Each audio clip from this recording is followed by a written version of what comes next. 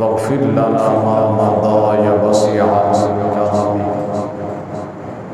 مولاي صل وسلم دائما ابدا على حبيبك خير الخلق كلهم هو الحبيب الذي ترجى شفاعته لكل حول من الأحوال المقتحم مولاي صل وسلم دائما ابدا على حبيبك خير الخلق كلهم محمد سيد القومين والثقلين والفريقين من عرب ومن عجم مولاي صل وسلم دائما ابدا على حبيبك خير الخلق كلهم حضرت ذی وقار اللہ جل جلالہ اما نوالہ اتم برہانہ ولا الہ غیرہ کی حمد و ثنا حضور سرور مدینہ راحت و قلب سینہ ہادی کل دنائے سبل ختم رسول رحمت کائنات جان کائنات باعث تخلیق کائنات تاجدار انبیاء سرور انبیاء نبی مکرم شفیع معظم احمد مجتبی محمد مصطفیٰ صلی اللہ علیہ وسلم کی ذات اقدس پر ہدیہ درود و سلام پیش کرنے کے بعد اللہ رب العالمین کی بارگاہ میں دعا ہے کہ خالق کائنات بندہ ناچیز کو حق بیان کرنے کی توفیق عطا فرمائے، ہم کو سننے اور سن کر اس پر عمل کرنے کی توفیق عطا فرمائے۔ آج کا موضوع مؤذن رسول جناب سیدنا بلال حبشی رضی اللہ تعالی عنہ، آپ کی سیرت پر گفتگو کرنے کا موقع ملا ہے۔ اللہ رب العالمین کی بارگاہ میں دعا ہے ہم سب کو حضور کے تمام صحابہ سے محبت کرنے کی توفیق عطا فرمائے۔ بلال وہ بلال جن کو آقا کی بارگاہ سے جنتی ہونے کی بشارت ملی تھی، وہ بلال جس کو مدینے کی سرزمین پر سب سے پہلے اذان پڑھنے کا حضور سے حکم ملا تھا۔ جب اللہ کے پیارے حبیب صلی اللہ علیہ وسلم نے اعلان نبوت فرمایا، اعلان نبوت کرنے کے بعد آپ کو تکلیفیں دی گئی، لوگ آپ کے جانی دشمن ہو گئے، آپ نے خفیہ طور پر دین اسلام کی اشاعت کرتے رہے، لوگوں کو دین اسلام کی دعوت دیتے رہے۔ ایک دن آپ علیہ السلام کے ساتھ غار حرا کے اندر سیدنا ابوبکر صدیق بھی موجود تھے، وہاں سے جو غلامی کے اندر مبتلا تھا، غلامی کے اندر بندہ ہوا تھا، وہ بلال جو عبداللہ بن جدعان کا غلام تھا، اس مکے کی گاڑیوں کے اندر بکریاں چرایا کرتا تھا۔ صبح سے لے کر شام تک جانتے تھے ایک دن آقا علیہ السلام کی بلال کے ساتھ ملاقات ہوئی. آقا علیہ السلام نے فرمایا چرواہے کیا تیرے پاس بکریاں کا دودھ موجود ہے؟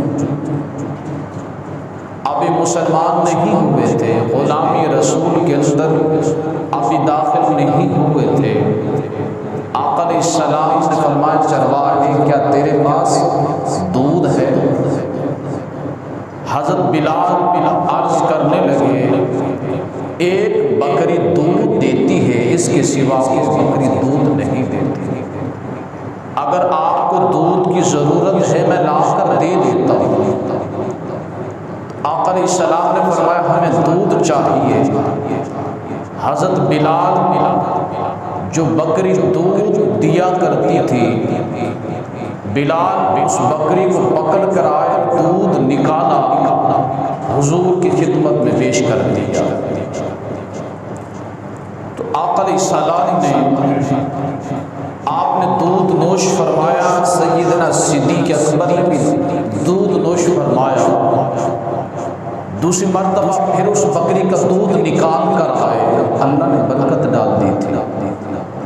دوبارہ دودھ نکال کر آئے، حضور کی خدمت میں پھر پیش کر دیا. حضور نے دوبارہ نوش فرمایا. تو آقا علیہ السلام نے فرمایا چرواہے تم اس بارے میں کیا کہتے ہو؟ اللہ نے مجھے حق کے ساتھ نبی بنا کر بھیجا. اللہ نے مجھے حق کے ساتھ نبی بنا کر بھیجا ہے، میں اللہ کا سچا نبی ہوں. حضرت بلال کہنے لگے میں سچے دین کو دل سے مانتا ہوں، سچے دین کو دل سے مانتا ہوں. حضرت بلال جب شام ہو گئی بکریاں لے کر چلے گئے. بکریوں کی حالت بھی بدلی ہوئی تھی، بکریاں تر و تازہ نظر آ رہی تھی. آپ کے مالک عبداللہ بن جدان کہنے لگے ارے چرواہے لگتا ہے آج بکریاں کسی ایسی جگہ پر تم چرا کر آئے ہو، آج تو بکریاں بھی تر و تازہ لگتی ہیں، آج تو بکریاں بھی تر و تازہ لگتی ہیں. آپ خاموش رہے. دل کے اندر یہ ارادہ کیا ہوا تھا میں دوبارہ اسی مقام پر بکریوں کو لے کر جاؤں گا، اللہ کے محبوب کی خدمت میں اور صدیق کو بھی دودھ پلاؤں گا، ان کی خدمت میں دودھ پیش کروں گا. جب چند دن گزرتے ہیں ابو جہل کہنے لگا عبداللہ بن جدان کو آج کل تیری بکریاں تر و تازہ نظر آتی ہیں، بڑی موٹی تازہ نظر آتی ہیں، دودھ بھی زیادہ دینے لگ گئی ہیں. تجھے پتا ہے تیرا غلام بکریاں کہاں لے کر جاتا ہے؟ اس کو کہو کہ فلاں مقام پر آج کے بعد بکریاں لے کر نہیں جانا، بکریاں لے کر نہیں جانا. ان کو پتہ چل گیا تھا بلال کا تعلق محمد عربی کے ساتھ ہوتا جا رہا ہے. بلال دل کے اندر اللہ کے محبوب کی محبت موجزن ہوتی جا رہی ہے، دل کے اندر اللہ کے محبوب کے پیار کو سجاتا جا رہا ہے. منع کر دیا لیکن دل کے اندر اس محبت کو مضبوط کیے ہوئے تھا، محبت کو آقا علیہ السلام کی محبت کو دل کے اندر سجایا ہوا تھا. جب روک دیا گیا حضرت بلال رضی اللہ تعالی عنہ آپ بیت اللہ کے اندر آئے، لوگ پیچھے تھے، دیکھتے ہیں یہ بلال کہاں جاتا ہے، کیا کرتا ہے، کس سے ملتا ہے. حضرت بلال رضی اللہ تعالی عنہ آپ خانہ کعبے کے اندر آئے. جو ان لوگوں نے بیت اللہ کے اندر بتوں کو سجا کر رکھا ہوا تھا، بت رکھے ہوئے تھے، اپنے معبود رکھے ہوئے تھے، حضرت بلال کو نہیں پتا کہ لوگ میرے پیچھے آ رہے ہیں. اندر داخل ہوئے، ان کے خداؤں کی تھوکنا شروع کر دیا، ان کے منہ پر تھوکنا شروع کر دیا. حضرت بلال نے فرمایا جن لوگوں نے تمہاری عبادت کی ہے وہ لوگ خسارے میں ہے. آپ ان کے معبودوں کی بے ادبی کر رہے تھے. قریش کے لوگ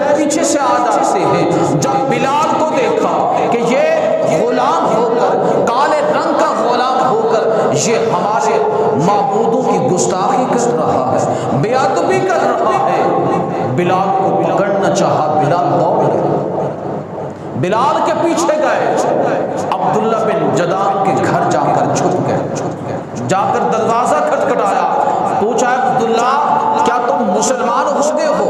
محمد عربی کا تو نے کلمہ پڑھ لیا ہے؟ اس نے کہا مجھے لات و ذات کی قسم میں تو مسلمان نہیں ہوا۔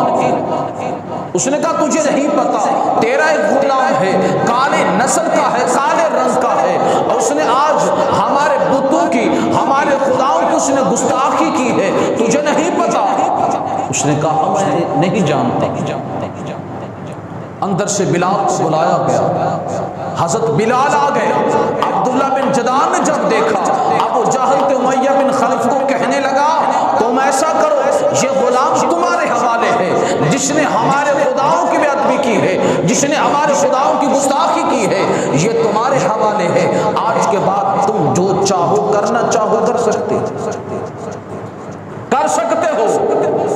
حضرت بلال رضی اللہ تعالیٰ کو لے کر آئے، حضرت بلال کو زمین پر، تپتی ہوئی زمین پر لٹا دیا گیا، آپ کے کندھوں پر ایک چکی کا جو پتھر تھا وہ آپ کے کندھوں پر رکھ دیا جاتا ہے۔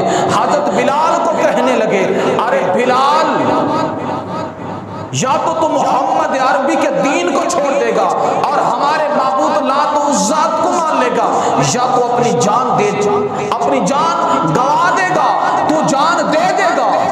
جب حضرت بلال یہ سنتے ہیں آپ کی زبان سے آہد آہد آہد جاری ہو جاتا ہے۔ بلال نے فرمایا وہ ایک ہے، وہ وحدہ لا شریک ہے، اس کے سوا کوئی معبود نہیں ہے، وہ عبادت کے لائق ہے۔ حضرت بلال کو ہر روز تکلیفیں دیتے تھے، ظلم و ستم کرتے تھے، ان کا معمول بن چکا تھا بلال پر ظلم و ستم کرنے کا۔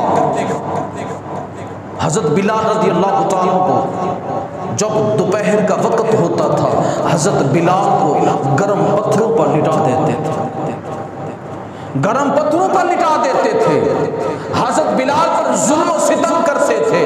جب شام ڈھل جاتی تھی، جب گرمی کے اندر کمی واقع ہوتی، لوگ کہ وہ امیہ بن خلف جو تھا نوجوانوں کو کہتا اس کے گلے کے اندر رسی باندھ کر مکے کی گلیوں کے اندر بلال کو گھسیٹا جائے۔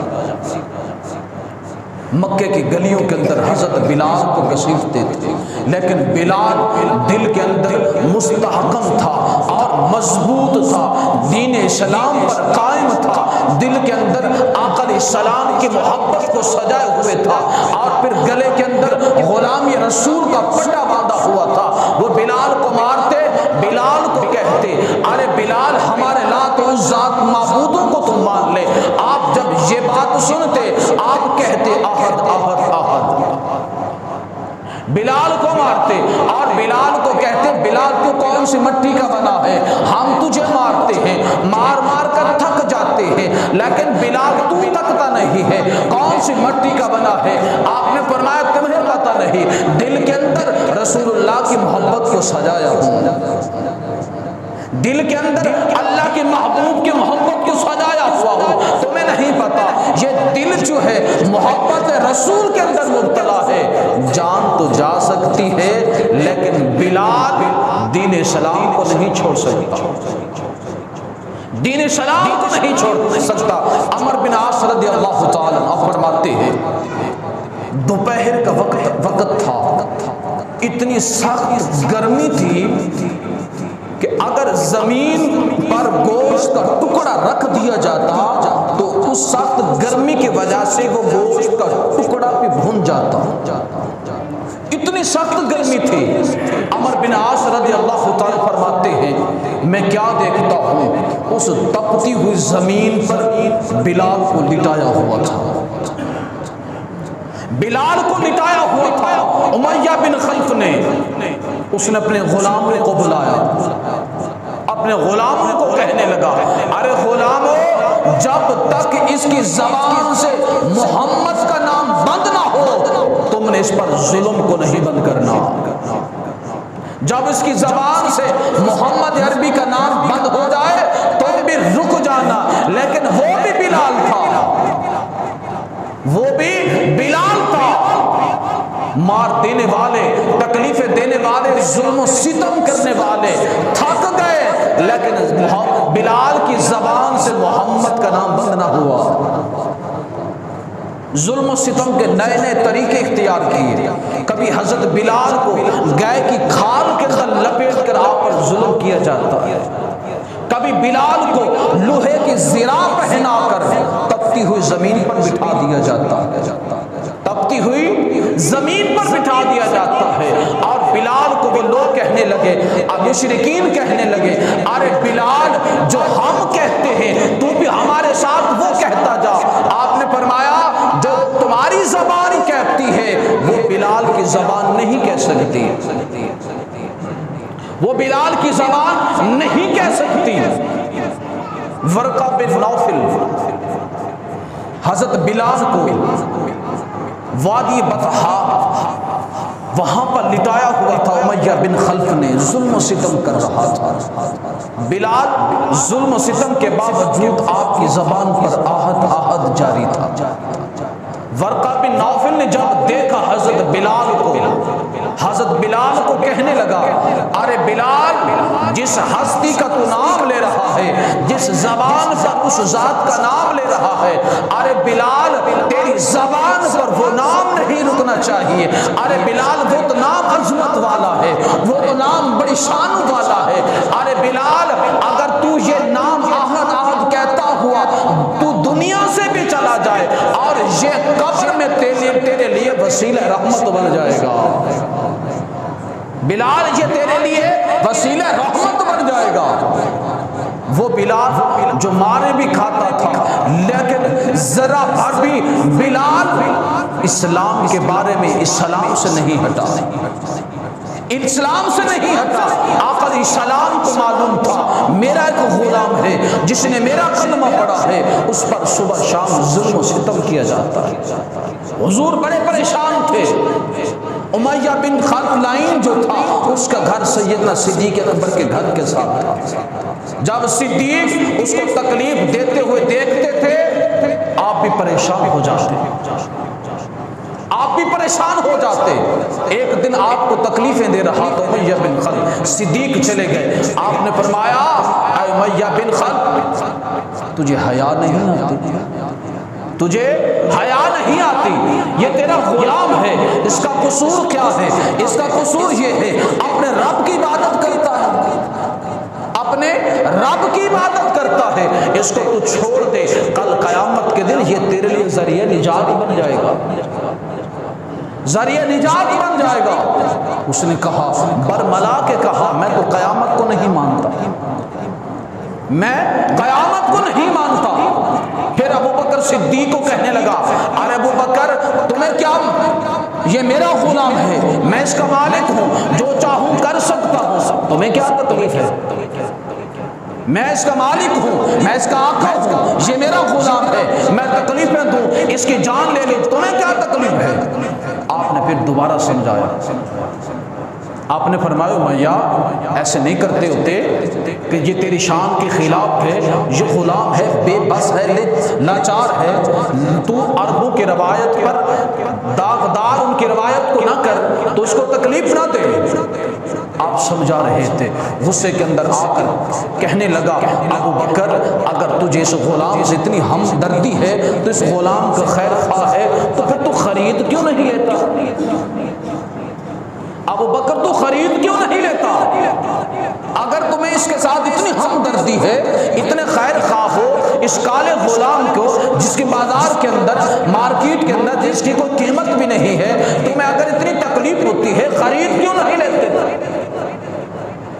ابو بکر صدیق تو اسی بات کا انتظار کر رہے تھے اس کی زبان سے کوئی بات نکلے کہ میں بلال کو خرید لوں۔ وہ تو خریدنے کے لیے تیار تھے، تم اگر خیر خواہ ہو خرید کیوں نہیں لیتے؟ آپ نے فرمایا بتا کتنی قیمت لے گا، بتا اس غلام کی کیا قیمت لے گا، کیا لینا چاہتا ہے؟ امیہ بن خلف جانتا تھا، دل کے اندر سوچنے لگ گیا ابو بکر کے پاس ایک رومی غلام ہے جو بڑا اعلیٰ قسم کا ہے، اعلیٰ قیمت کا بھی ہے، حسین و جمیل کا بھی ہے، یہ تو حبشی رنگ کا، کالے رنگ کا غلام ہے جس کی کوئی قیمت نہیں نہیں ہے، میں ایسا کرتا ہوں، اس کی ڈیمانڈ کر لیتا ہوں، یہ نہیں مانے گا، چپ کر کے چلا جائے گا۔ ابو بکر سے یہ ڈیمانڈ کرتا ہوں، وہ اعلیٰ قسم اعلیٰ قیمت کا غلام نہیں دے گا، چلا جائے گا، یہ تو کوڑیوں کو بھاؤ بھی نہیں بکنے والا غلام۔ صدیق تو اسی انتظار میں تھے اس کی زبان سے کوئی بات نکلی ہوئی بات کو میں گرفت کر لوں۔ آپ نے فرمایا بتا کیا لینا چاہتا ہے؟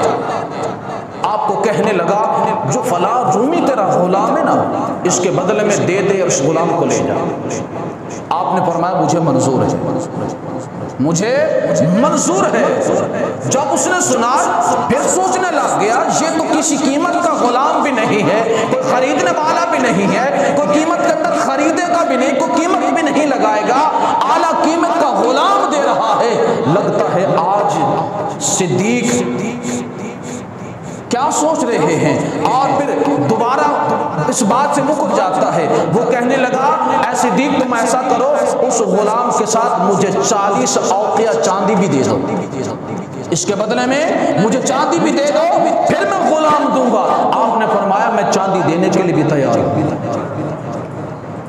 میں اس غلام کے بدلے میں چاندی دینے کے لیے بھی تیار ہوں۔ آپ نے اپنے اس غلام کو بلایا، رومی غلام کو بھی بلایا، گھر سے چاندی منگوائی، آپ نے غلام بھی حوالے کر دیا، چاندی بھی دے دی، اور پھر جب آپ لے کر جانے لگے امیہ بن خلف ہنسنے لگا، کہنے لگا تو قحافہ کا بیٹے آج تو گھاٹے کا سودا کر کے جا رہا ہے۔ امیہ بن خلف کہتا ہے اے قحافہ کا بیٹے آج تو گھاٹے کا سودا کر کے جا رہا ہے، تجھے پتا ہے اس کالے رنگ کی غلام کی مارکیٹ کے اندر کوئی قیمت بھی نہیں ہے اور کوئی اس کو خریدنے کے لیے تیار بھی نہیں ہوگا، آج تو گھاٹا کر کے جا رہا ہے، اعلیٰ قیمت کا غلام بھی دے کر جا رہا ہے، آج تو چاندی بھی دے کر جا رہا ہے۔ آپ نے فرمایا تو اس کی قیمت کیا جانتا ہے؟ اگر مجھے یمن کی ساری بادشاہی اس غلام کے بدلے دی جائے تو پھر میں غلام نہیں دوں گا۔ اس کالے رنگ کے غلام کے بدلے میں یمن کی ساری بادشاہت بھی دی جائے، ابو بکر غلام پھر بھی نہیں دے گا، پھر بھی نہیں دے گا۔ حضرت بلال کو لے کر حضور کی بارگاہ کے اندر گئے، عرض کی یا رسول اللہ صلی اللہ علیہ وسلم آج ابو بکر بلال کو خرید لایا ہے۔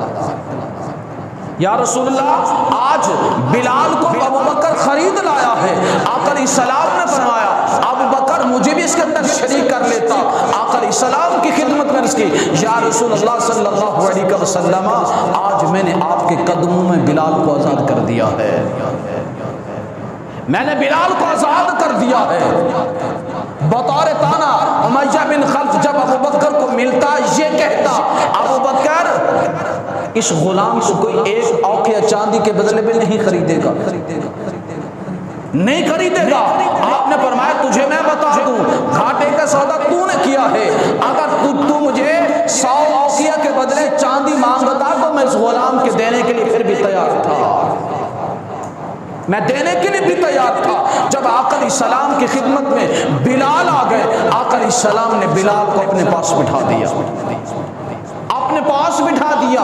وہ بلال جس نے ساری زندگی 22 سال کا سفر حضور کی خدمت میں گزارا اور اپنی زندگی کو حضور کے لیے دربان کی حالت میں وقف کر دیا تھا، اور پھر وہ بلال جب مدینے کے اندر آئے حضور صلی اللہ علیہ وسلم کی بارگاہ کے اندر جب مسجد نبوی کی بنیاد رکھی گئی، اس وقت جب آقا علیہ السلام کی بات بڑی طویل ہو جائے گی، جس میدان کے اندر جا کر سواری ٹھہری تھی حضور نے وہ جگہ خریدی، مسجد نبوی بنی گئی، مسجد نبوی شریف تیار ہوئی اور پھر پتھروں کی بنی گئی، گارے کی بنائی گئی تھی اور کھجور کے پتوں کی چھت ڈالی گئی۔ اب آقا علیہ السلام کی خدمت میں عرض کی گئی یا رسول اللہ صلی اللہ علیہ وسلم اب تو مسجد تو بن گئی ہے لیکن لوگوں کو ہم نماز کے لیے کیسے بلائیں گے؟ یا رسول اللہ ہم نماز کے لیے کیسے بلائیں گے؟ لوگوں کو کیسے پتہ چلے گا؟ اب نماز کا وقت ہو گیا ہے۔ اب صحابہ کرام مشورہ دینے لگ گئے یا رسول اللہ صلی اللہ علیہ وسلم ہم ایسا کرتے ہیں یا رسول اللہ جب نماز کا وقت ہوگا ہم بغل بجایا کریں گے۔ آقا علیہ السلام نے فرمایا نہیں، یہ یہودیوں کا طریقہ ہے، ایک اور مشورہ دیا، یا رسول اللہ ہم ایسا کرتے ہیں، ہم آگ جلا لیا کریں گے جب نماز کا وقت ہوا کرے گا۔ میرے آقا علیہ السلام نے اس کو بھی رد فرما دیا۔ حضور نے فرمایا یہ مجوسیوں کا طریقہ ہے۔ پھر مشورہ دیا گیا، یا رسول اللہ صلی اللہ علیہ وسلم جب نماز کا وقت تو ہم ناقوس بجا دیا کریں گے۔ آقا علیہ السلام نے فرمایا نہیں، یہ عیسائیوں کا طریقہ ہے، یہ عیسائیوں کا طریقہ ہے۔ مشورہ ہو رہا تھا، مشورہ دے رہے تھے، سیدنا عمر فاروق آ گئے۔ عرض کی یا رسول اللہ صلی اللہ علیہ وسلم، اور میں نے رات کو خواب دیکھا ہے اور مجھے خواب کے اندر اذان کا حکم دیا گیا ہے۔ یا رسول اللہ مجھے اذان کا حکم دیا گیا ہے۔ عبداللہ بن زید بیٹھے ہوئے تھے۔